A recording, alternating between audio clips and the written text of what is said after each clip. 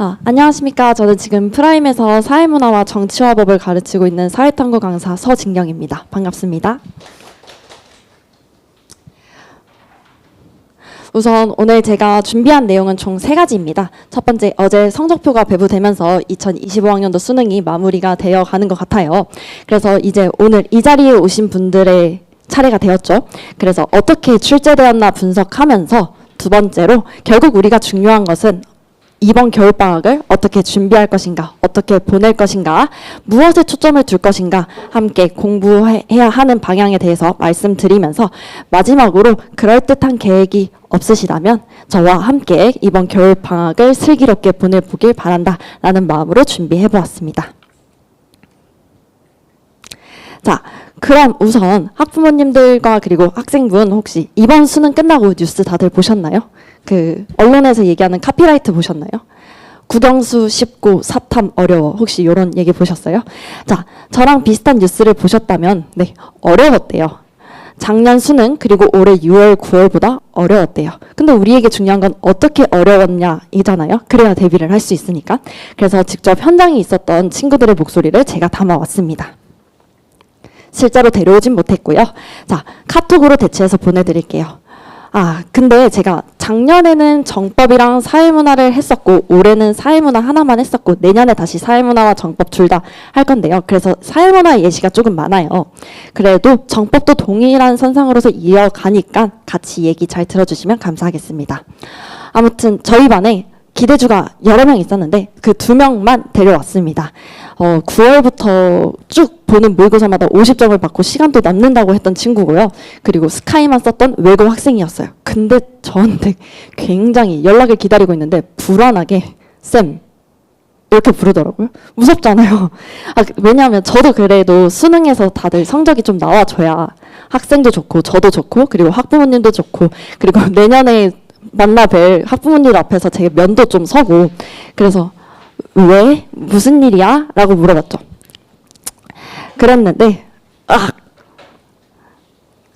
필터링 없이 얘기할게요. 그냥 개어려워요 라고 얘기를 하더라고요. 그리고 공통적으로 벌벌 떨면서 시험을 봤대요. 저도 같이 문제를 봤거든요. 왜 그랬을까? 왜 애들이 벌벌 떨면서 봤을까? 재작년에는 그 3%짜리 정답률을 기록했던 굉장히 어려운 한 문제를 빼고 다들 평이했어요. 그렇지만 그게 지금 역대급 난이도로 평가를 받고 있거든요. 근데 이번 수능은요. 압도하는 한 문제는 없었어요.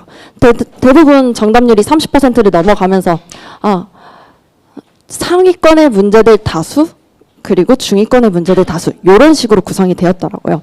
그래서 분석하는 힘이 필요하고 꼼꼼히 푸는 힘이 필요하고 이거를 내가 시간 배분을 잘해서 푸는 힘이 필요하더라. 자, 왜 평가원이 이렇게 내게 됐냐 생각을 해봤더니 우리 많이 떠들었던 사탐론 있죠. 사탐론. 아마 의대를 제외하고 서울대 공대를 제외하고는 사탐을 해도 가탐이랑 그렇게 큰 차이를 보이진 않아요. 문과로 갈 거면 오히려 더 괜찮아요.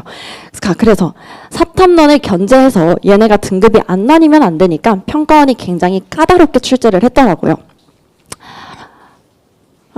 문제 참 잘 냈다. 제가 작년에 사설문 모의고사를 다 봤는데요. 그것이랑 안 겹치게 평가원이 진짜 똑똑하게 문제를 냈더라고요. 뒤에서 함께 보도록 할게요. 자, 그래서 그 다음 친구가 저한테 물어봤어요. 선생님 등급컷은 어떻게 될 것 같아요? 예상 등급컷 좀 말씀해 주세요. 그래서 저는 시간이 오래 걸릴 것 같아서 20번 도표 못 풀어서 3점 날리고 굉장히 까다로운 퍼즐이 하나 있었거든요. 이 퍼즐 3점 틀리면 마이너스 6점 44점이겠다. 44점일 것 같은데 근데 작년보다 응시자 수가 늘어서 어떻게 될지 모르겠다 라고 얘기를 했어요. 그리고 나서 입시 커뮤니티를 저도 계속 보고 있죠. 계속 보는데 사회탐구가 굉장히 뜨겁더라고요.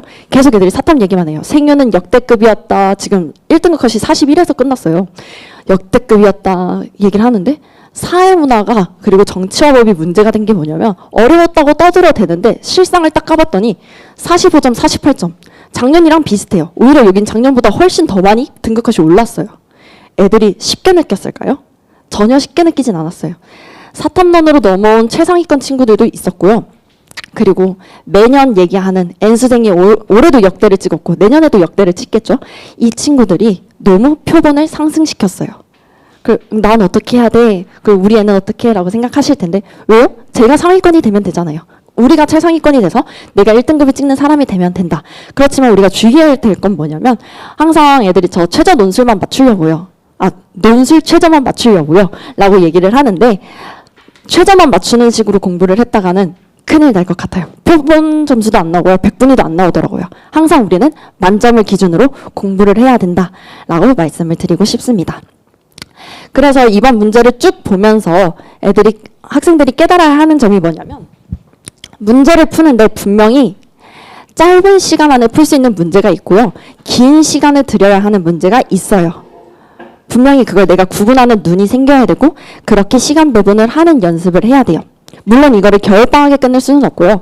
겨울방학엔 개념을 탄탄히 쌓은 다음에 그것을 적용하는 능력을 굉장히 긴 시간 두고 지켜보셔야 합니다. 제 경험담인데요.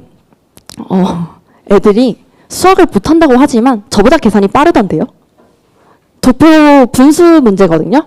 67.5가 몇 분의 몇으로 바꿀 수 있어? 이 정도 물어보면 바로 나와요. 그런데 문제는 저는 짧은 문제, 시간을 짧게 써야 되는 문제는 정말 짧게 씁니다. 왜냐하면 저는 개념 지식이 학생들보다 방대하니까요. 저는 빨리 끝내요. 걔를 빨리 끝내니까 저는 30분 안에 도표를 충분히 풀 수 있고 퍼즐형에 충분히 푸니까 정답률도 올라가고 시간도 남아요. 그렇지만 학생들은 처음 문제를 받아들고 얘 어떻게 풀지? 이거 뭐였더라? 이 생각하는 시간에서 타임 어택이 적용받는 거예요. 그리고 더군다나 그 난이도에 더불어서 현장감이라는 걸 무시를 못하니까 그 부분도 연습시켜야 된다라는 걸 말씀드리면서 그러면 공부를 어떻게 해야 될까? 개념을 어떻게 공부하고 기출 유형을 어떻게 대비해야 할까? 보도록 하겠습니다.